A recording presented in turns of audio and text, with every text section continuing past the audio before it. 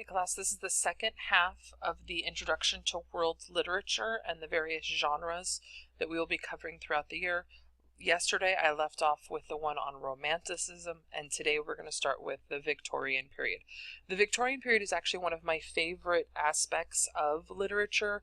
It very much is intended to be this idealized portrait of how difficult lives can be, with this idea of hard work and perseverance, love and luck in and out of this world, the idea that virtue is rewarded and wrongdoers are suitably punished, and they often contain a central moral lesson or theme.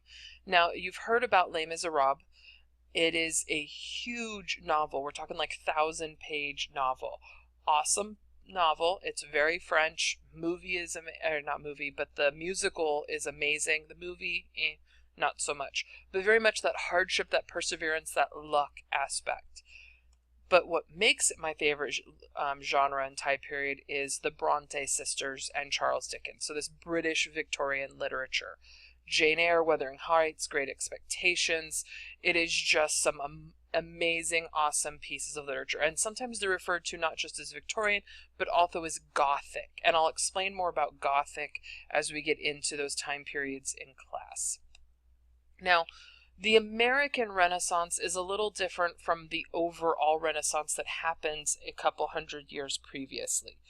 This period came of an age as an expression of national spirit. It's the first time that we really have pieces of literature that are about America, written by people who were born and raised in America under an American flag, who definitely have this idea of what America should be like. So it's really the beginning of fiction within America. There's a lot of short fiction. This is really post Edgar Allan Poe, but Edgar Allan Poe wrote with this different ideal and more Gothic and more romantic, leading into this Renaissance. You've read poetry by Emily Dickinson and Walt Whitman throughout your years. You've heard about Moby Dick and the Scarlet Letter. The Scarlet Letter, even though it takes place in Puritan times, Nathaniel Hawthorne wrote it during the American Renaissance. And he was born and raised in America, definitely under that American flag. Okay, Transcendentalism. Covered it last year with this idea of that American Renaissance taking place at the same time. This is where we'll really begin to see that several literary movements are taking place at once. And it just depends on what genre you want to write in and what your interests are. So just to recap on Transcendentalism, it's a philosophy or system of thought based on the idea that humans are essentially good, that humanity's deepest truths may be formulated through either insights rather than logic, and that there is an essential unity to all of creation. That idea that there is a symbiotic relationship between humans and nature. We read stuff by we read stuff by Ralph Waldo Emerson and stuff by Henry David Thoreau last year. Definitely fits into this. And it's usually more non-fiction and much more nature-based. American realism and regionalism.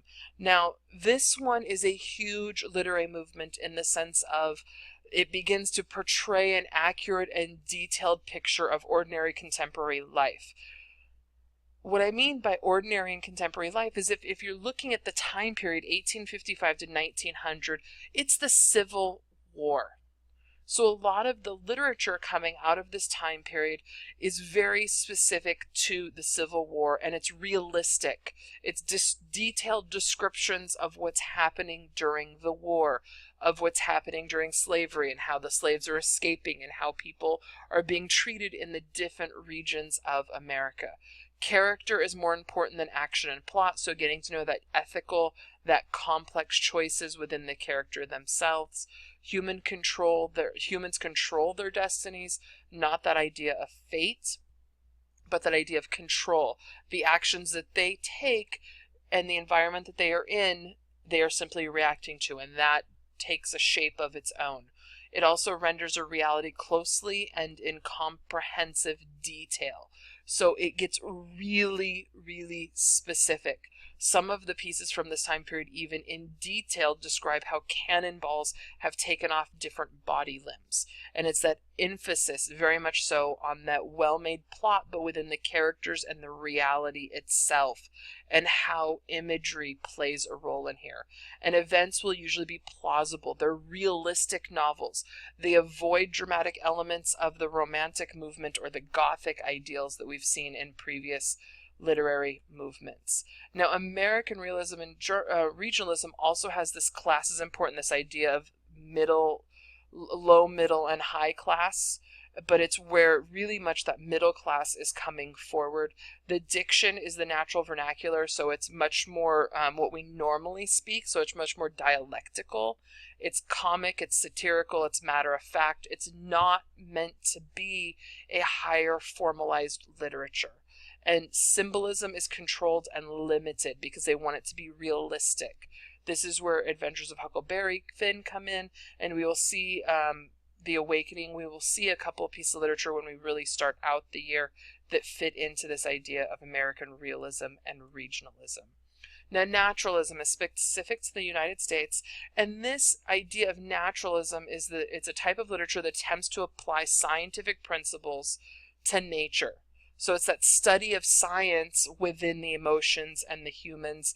And naturalist authors, they viewed nature as an indifferent force acting on the lives of human beings. If you were in the AP class last year, we read Into the Wilds. That fits in and is inspired by the naturalism movement in the late 1800s, early 1900s. Even noticing Jack London, Call of the Wild is here.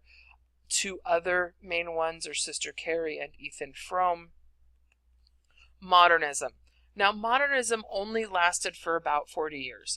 I do not have pieces of literature that I list here, but it's this radical break from tradition.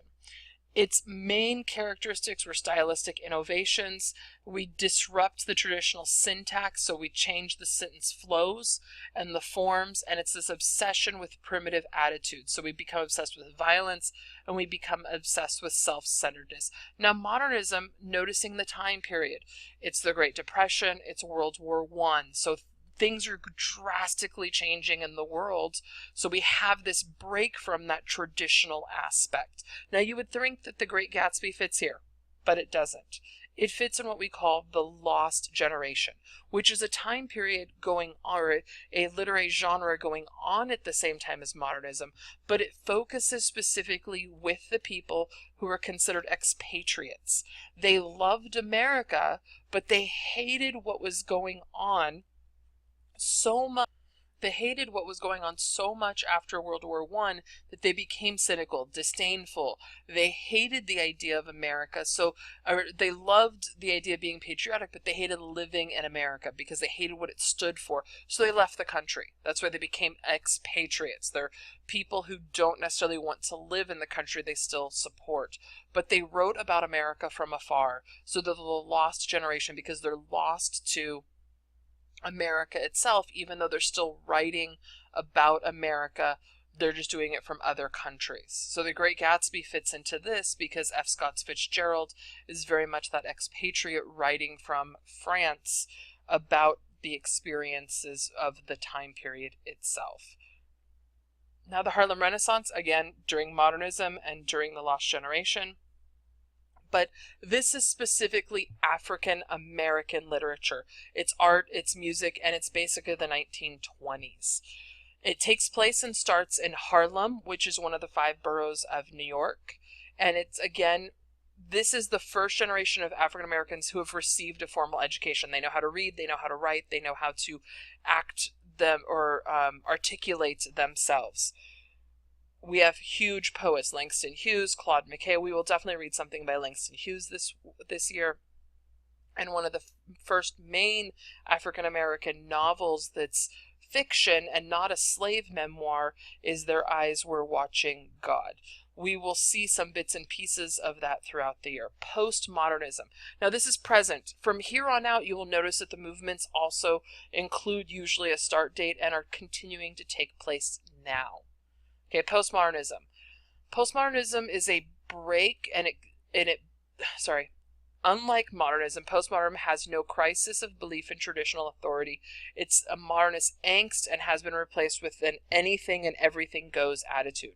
The millennials fit into this, that idea that I can do anything I want, anytime I want, and it doesn't matter. Instead of seeking larger truths that appeal to a wide audience, literature seeks the little truths, that hopeful meaning, that something, and that portion of what it means to a reader. Postmodernist literature doesn't believe there's a real to represent.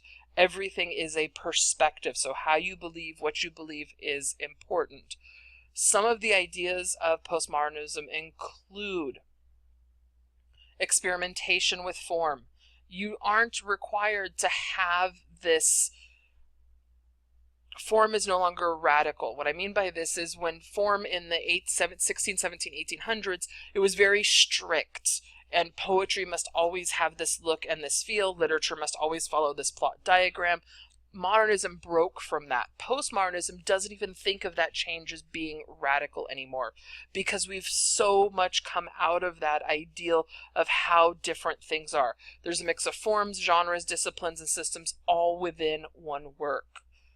Okay, common themes inaugurated by the bomb being World War II. There's new forms of war. We see war taking place differently in Korea and Vietnam. Look at the idea of what's going on in Iraq and Desert Storm and Osama bin Laden. Multiculturalism, the Kite Runner, A Thousand Splendid Suns. We're seeing these different genres coming, and it's this decline of industry and rise of the information age. So it very much fits that. At the same time, we have the beat generation, or the beatnik, taking place.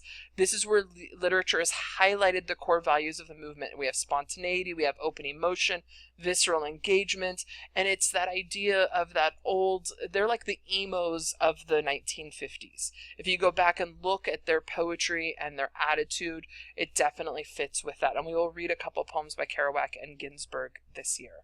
Confessional poetry. Now, even though this is only a 7-year movement, it's inspired by the poetry being personal.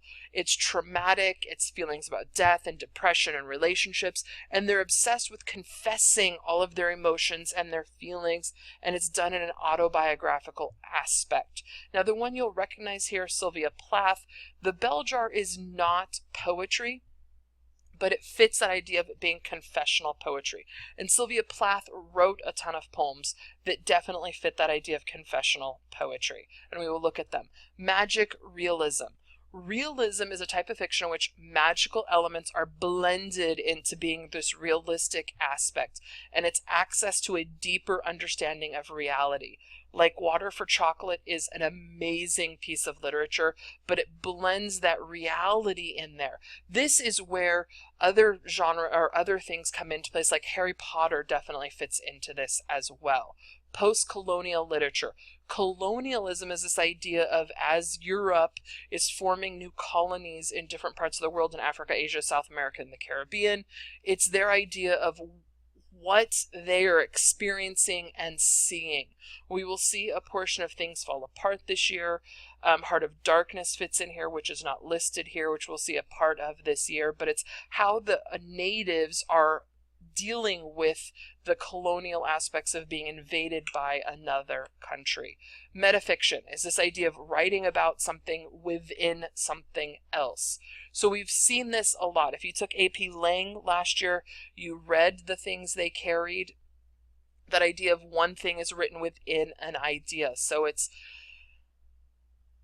a novel about a person writing a novel about a person reading a novel. It's one thing inside of something else. A novel in which the author is a character. Not Canterbury Tales. Catcher in the Rye. The author is the character, a character who expresses awareness that they are in a work of fiction. Nick from The Great Gatsby, even though it's earlier, but it's still that same idea. A work of fiction within fiction. So definitely that idea of meta aspects. Okay, so this is the end. There will be a quiz on Wednesday. Be prepared with your notes and stuff for Monday's class, because we will do an activity with these notes and coming up with something to discuss. So be prepared for it. Have a great weekend. See you Monday.